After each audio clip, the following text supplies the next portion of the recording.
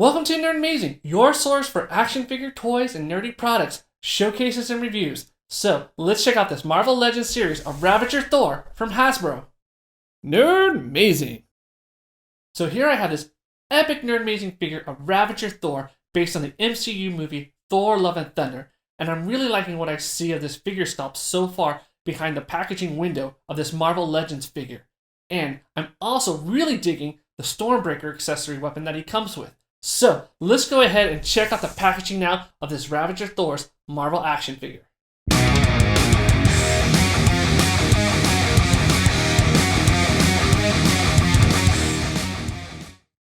You got the great figure sculpt of Ravager Thor, his Stormbreaker weapon, and the Build-A-Figure left arm of Korg that is easily seen behind the clear display window. The movie logo for Thor Love and Thunder and the figure name is at the bottom of the packaging along with the Hasbro logo. Both sides of the box have an illustration of Ravager Thor.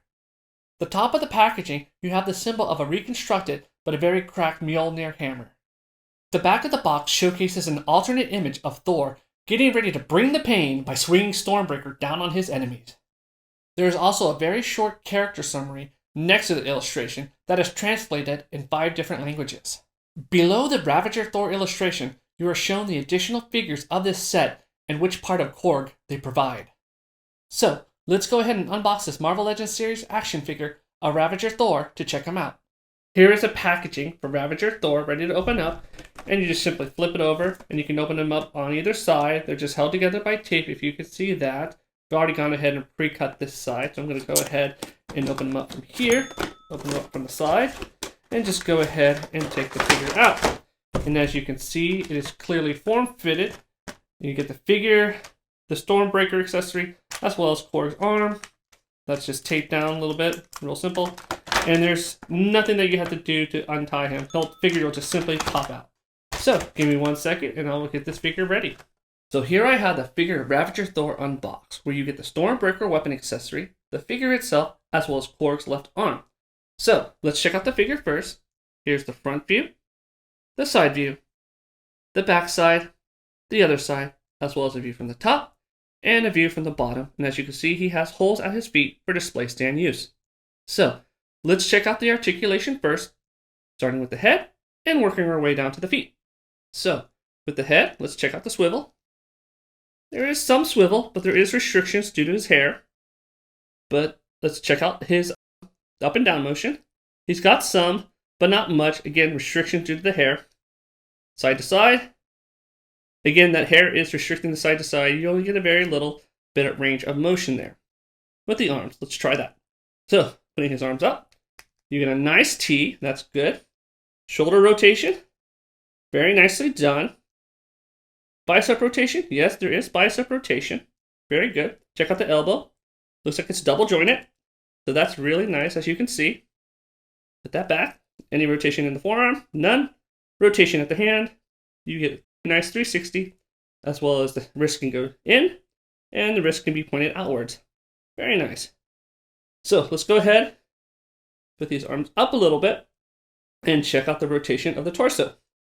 He does have rotation right there at the belt. See if he's got any upper. No upper rotation at all. Let's see if he can bend or lean forward, or lean backwards, I should say. Able to lean backwards, and able to crunch really nicely, as you can tell. And I do like the fact that they painted that graphic detail, so when you extend him backwards, the graphic extends as well, to a certain point. Really nicely done there. Check out the legs. Easy split motion. Side splits. Really nicely done. Not fully, but it's a great range of motion. Check out the legs. Anything at the hip? Nothing right there. At the thigh, nice 360 motion there. Knees, no swivel or no rotation, but they are double jointed. You can put them back. Really nicely done. Put that back to reset. Anything at the calves, no twisting there. On the feet, let's see. It's got some swivel motion, as you can see. Nicely done. Do the point? Yep. Point up and point down. And that's going to be for both feet. All right, let me just set him back to reset. So, let's check out the accessories. Here is Stormbreaker, I should say.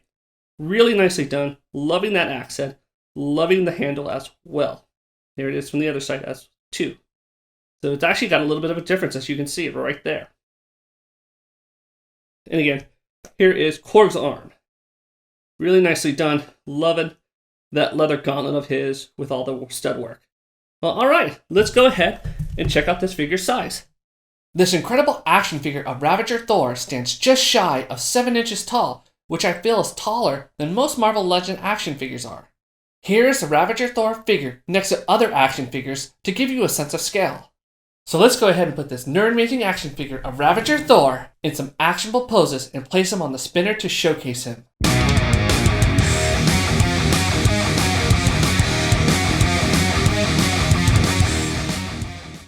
I have to say, Hasbro does an excellent job when it comes to producing sculpted action figures for the MCU lines.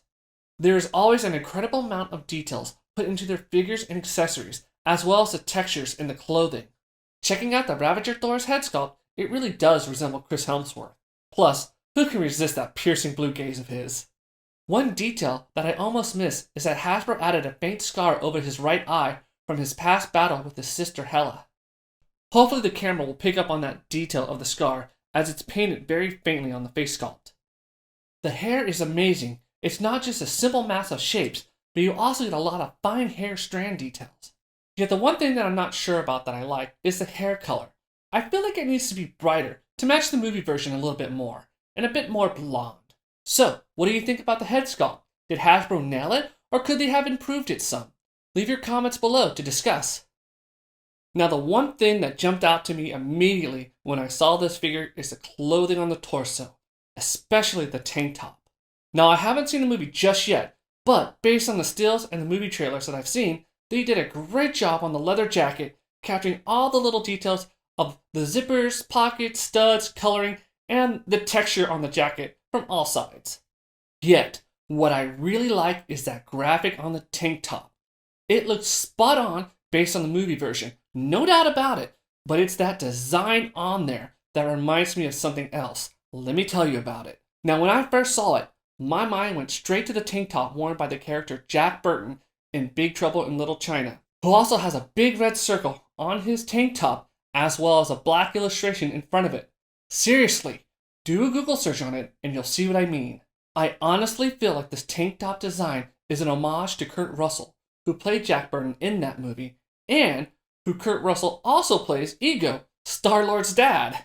I really don't think it's a coincidence that the tank top looks the way it does, but love to hear your opinion. The arms look great on this figure, with all the muscle definition showing through and even getting some of that vein-popping action. I am super impressed with the belt buckle and how Hasbro was able to cram in so much design in such a small space. Seriously, just look at that design. The pants and the boots look great, tons of details to them from the texture and the creases that form on the clothing. Though, I do wish they would have added a little bit of a wash to the jeans to give them a more worn look. Yet I do have one big aesthetic issue on this figure, and that's the straps wrapped around his boots that he wears. I feel like they are painted way too bright and thus a bit distracting to look at on this figure as a whole. And the other big issue about the paint job to the straps is that, and it could just be my figure, but areas of the paint on the strapping is chipped off already. Thor's Stormbreaker weapon accessory looks amazing, top notch for a Marvel Legends action figure, I think. With all the intricate line work on the axe head and the striation line marks on the wooden handle, formerly Young Groot's severed arm from back when Stormbreaker was created in Avengers Infinity War movie, it's just an incredibly detailed weapon piece that really shines. I did try to find out if there was more information about Ravager Thor that wasn't part of the current movie, but there doesn't seem to be a comic book version of Thor as a Ravager. If you are a comic book expert, I would really like to know if there's any comic book info for Thor in this stage of his life, or if Thor being a Ravager is only an MCU thing. And hopefully you can tell with all the actionable poses that Thor has been put in, he's really actually very easy to stand up on his own.